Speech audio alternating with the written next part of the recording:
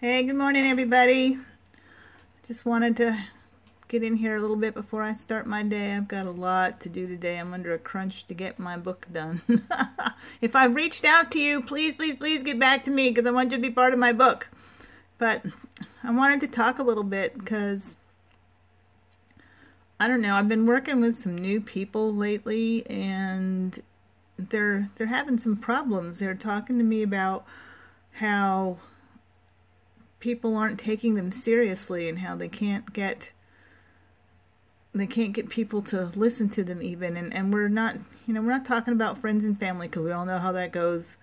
Friends and family look at you and go, oh my gosh, don't tell me you're into another one of those things, or here's your, we know, we've all been there. But this is just in general, they're saying that no one's really taken them seriously and they don't understand why. And so I've sat down and I've spent some time with them, and I'm seeing that they've missed the basics somehow. They've missed the basics of being a leader. Something I learned a long time ago from the wonderful Mike Dillard about being a leader, and it's all about how you carry yourself and how you present yourself. If you're going to, you've got to show that you're the leader. You've got to be the alpha, for lack of a better word, you've got to be the alpha personality or the alpha networker or the alpha, you've heard the term alpha male. Well, not only males are alpha. We can all be the alpha personality. And you've got to portray that if you want people to follow you. And it all pretty much boils down to respect. And I'm not talking about, I'm not going to get into that whole big respect debate that's going on right now. I'm not talking about that kind of respect. I'm talking about just basic understanding that value, understanding value. You are valuable. Okay? You are a leader. You are valuable. And you need to show that. You need to take care of yourself. So you need to, when you go to meetings and that, you need to eat right. You need to make sure you get enough sleep so you're not showing up for your presentations bleary-eyed and exhausted. And you need to get enough exercise so you have the energy to lead your team. And you have to allow yourself some downtime to recharge and re-energize so that you're not stressed and irritable and snappy with them, okay? So you have to take care of yourself. But along with that, you also have to remember that your family and your friends are valuable, so you don't want to forget them in your push to reach your goals. No one's going to follow someone who is so, if I'm in this business because I want more time with my family and all I see is that you'd never have time for your friends or your family, I'm not going to follow you. So don't forget about them as you're pushing to move forward. Set aside some time for family and socializing. Your business is always going to be there in some form if you work it and if you want it. But don't alienate your friends and family along the way because you might wake up one morning and find out that they're not there anymore. Your time is valuable. So don't be wasting it. If you're sitting on your, if you're sitting around scrolling through Facebook every day and then complaining that no one takes you seriously when you could be working, yeah, okay.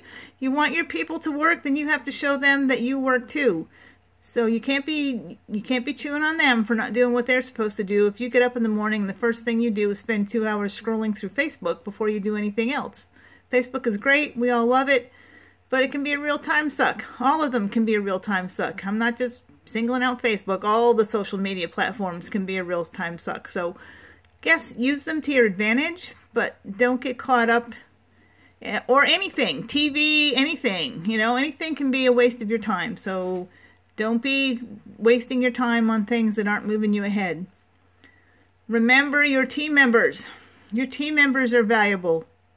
You have to respect their time and their feelings. Let them know that you believe in them.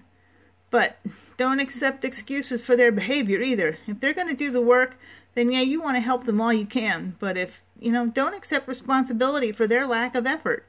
If they're not putting in the time, hold them accountable. If they're not doing the work, hold them accountable. Show them that you believe in them enough that you know that they can be successful and that you take them seriously and that you know that they are now business people and you expect them to behave accordingly. Last of all, you got to remember that your business is valuable. You've got to treat it like a genuine business. This is not a hobby. If you're in this for a hobby, then, you know, that's great, but then don't complain when you don't get anywhere. If you want it to be a business, you've got to treat it like a business. It's not something you do when you don't have anything else to do. You know, I don't have anything to do today. There's nothing good on TV, so yeah, I guess I'll spend some time on my business. No, it's the other way around. I don't have anything to do with my business today, so I can catch a little bit of TV time, or I can read a little bit. Well, reading maybe not, because reading, depending on what you're reading, reading can be a good thing. So scratch the reading thing, but the TV, the whatever. Business is business, and network marketing is a business. It's not a hobby. It's not something to do in your spare time. Well, it's something to do in your spare time. Gosh, this part isn't coming out right at all, is it? Yes, you can do it in your spare time, but even when you're doing it in your spare time, you have to treat it like a business, okay? It's a business. Treat it like one. It's a real business. I remember that. I remember my husband saying that to me all the time when I first started. When are you going to quit this and get a real job? This is a real job, okay? It's just a different kind of job. It's the kind of job where you don't have to get up in the morning and go to the office and work from 9 to 5 or 9 to 6 or 9 to 9 or whatever.